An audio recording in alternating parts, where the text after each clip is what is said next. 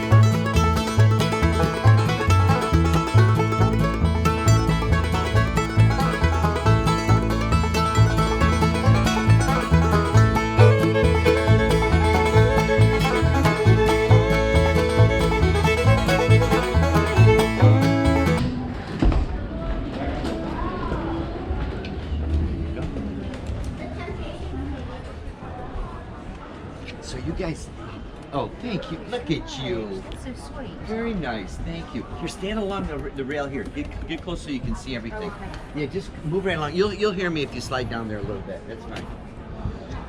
Good. Okay. Well, fantastic. So while we're here, taking photos and so forth in here are absolutely acceptable. When we go backstage, if you wouldn't mind, keep your cameras in your pocket. We have some copyright things that we have to respect back there. 2 assignments. You have 2. Get your pencils out and everything. You got to get 2 assignments. At the end of the tour, your tour here, and you're leaving the building, I would like everyone to go over to 5th Avenue side of the building, cross the street, turn around, look back at the Ryman Auditorium. That indeed, as I described a second ago, is the grand entrance into the Ryman when the doors open. Steps up, big front doors, and more than anything is the ornateness of the architecture that Tom Ryman used. Ruskinian Gothic was what it was, European architecture, is very evident over there. The ornateness of it, we maintained it just as it looked when he opened the doors back in the day. It's the same as it was. Number 2 assignment. When the building was built, it absolutely towered above any other building in downtown Nashville. It was 100 feet tall. Can you imagine 100 feet tall? Look left, look right, look behind you when you're over there, and it is now in the shadows of condo buildings, high-rises, office buildings. Not anymore, not anymore. But in the day, you got to look at it in the day. It was a very tall building. Tom Ryman, let's talk about him for a second. Very wealthy man, made a lot of money shipping freight up and down the river. Cumberland River down here. It was a shipping town. It was a river town. It was a warehousing, commerce. Nothing to do with music per se. It was all about business. And Mr. Tom Ryman was a very successful businessman. Back in the day, to be a successful businessman, it was not how smart you were, it was how tough you were. And Mr. Ryman was a very tough fellow. Many say that his enemies never saw the back of his coat. Been shot, he was stabbed. Tom Ryman not only made a lot of money, to tell you about his personality and what kind of a businessman he was, shipping freight, but in Nashville, the Bible Belt. There were 51 churches back in the 1880s, a church on every single corner. There were 89 saloons, and Mr. Ryman owned many of those saloons. So that's how he was making money, in an evil way, in a devilish way. He walks upon and into a revival, which were very common back in the day, that was underway, and he started to listen to the preacher. And the words of the preacher started to touch his heart, touch his soul, such that he had this amazing religious transformation in short order. He left this revival. He told the preacher, I'm going to build you a permanent home to get out from underneath this tent. And secondly, Nashville needs an outpost to catch sinners. And so he took it upon himself to build what was then the Union Gospel Tabernacle, this building. He found out it was much more expensive than what he expected it to be, of this vision he had. So, but he wanted to get it open for revivals. Very important to get a place to catch those sinners that he was referring to. So the only thing in this room, picture this, absolutely this massive large room, was a podium downstairs about where the speaker is on that podium down there, as well as some radio flatback benches that wrapped around it. That was the extent of it. And revivals took place. Revivals were underway. Well, every time Tom got some back pocket change, he would take it upon himself to make those improvements and enhancements that he had been hoping for. There was a group coming into town. It was the veterans of the Confederate War, the United Confederate Veterans. They and their families were coming into town to have their annual reunion. They wanted to have their gathering place to be here. It was the largest venue in town, but it couldn't accommodate the number, even it being the largest venue. So Tom said, well, I really would love to host you. Give me a few minutes. So he put the balcony in. And the balcony was placed in here. So this is what I want you to think about.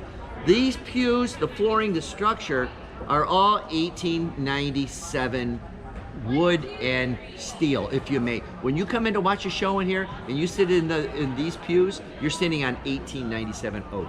It's the same that Mr. Ryman put in back in the day. A few years later, continuing to do these enhancements. In 1901, there was a group coming into town, the New York Metropolitan Opera, contracted to perform the opera Carmen here in Nashville in the Ryman Auditorium. Requirement was a stage, so Mr. Ryman put the stage in 1901 for $750, by the way. So something happened. Something happened in 1901. The Revival Hall of 1892 turned into a performance hall in 1901. Why? The acoustics in the building, it was discovered, were unmatched. Definitely in the southeast, if not on the eastern part of the United States. Why? Sound loves wood, and this building was full of wood. The pews obviously were contributed to that. So what happened? As revivals waned, we needed a venue in town here for plays, ballets, and operas, so that's what took place here in the Ryman Auditorium for the first half of the 1900s, that century.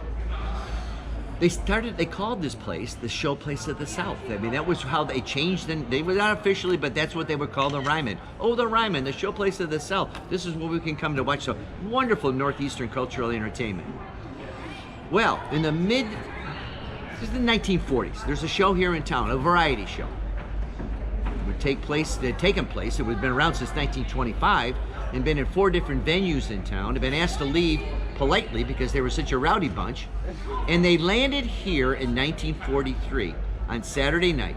It was a show that was broadcast simultaneously on the radio all the way to southern parts of Canada, northern parts of Mexico, and all places in between.